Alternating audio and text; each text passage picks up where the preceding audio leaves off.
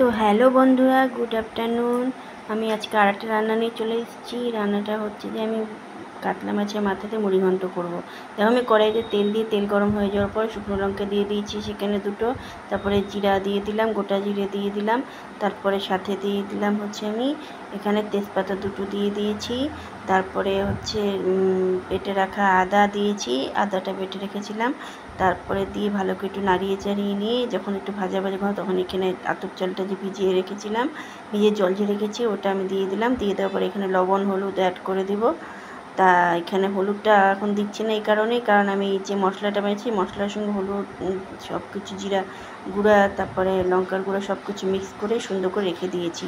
সেটা আমি এখন যখন ভাজা ভাজা হয়ে যাবে তখন আমি এটাকে ঢেলে দিব। দেখো আমি এটাকে ঢেলে দিয়েছি অলরেডি, যে মশলাটা বানিয়ে রেখেছি ঢেলে দিলাম। ঢেলে দেওয়ার পর যখন ভাজা ভাজা হয়ে গেল, মশলা চাল টাল ভেজে গেল, তখন হচ্ছে এখানটায় আমি পরিমাণ মতন জল দিয়ে দিলাম।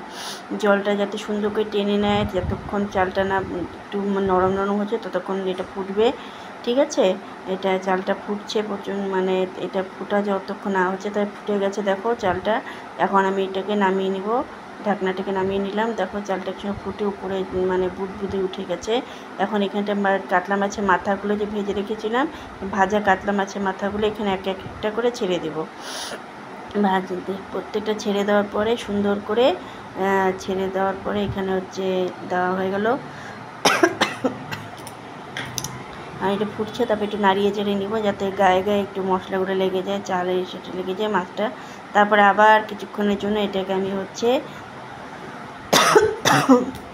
প্রচণ্ড কাশি হয়েছে, কী বলবো জানি না, গরম ঠান্ডার থেকে কাশিটা যা হয়ে গেছে। হওয়ার পরে দেখো জল ছেড়ে গেছে, সব কিছু শুকিয়ে গেছে।